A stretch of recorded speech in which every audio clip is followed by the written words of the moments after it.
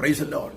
ഇന്ന് പകൽ ദൈവസന്നിധിയിലേക്ക് അടുത്തു വരുവാൻ കർത്താവ് തന്ന വിലപ്പെട്ട അവസരത്തെ ഓർത്ത് ദൈവത്തിന് സ്തോത്രം ചെയ്യുകയാണ്. ഒരു പ്രഭാതം കൂടി സ്വർഗം തന്നല്ലോ. ദൈവത്തിന്റെ ദാസനായ പൗലോസ് അപ്പോസ്തലൻ ഫിലിപ്പ്യർക്ക് ലേഖനം എഴുതുമ്പോൾ അതിന്റെ 4-ാം അധ്യായം അതിന്റെ 14-ാമത്തെ വാക്യത്തിൽ നമുക്ക് ഇങ്ങനെ വായിപ്പാനായിട്ട് കഴിയുന്നു.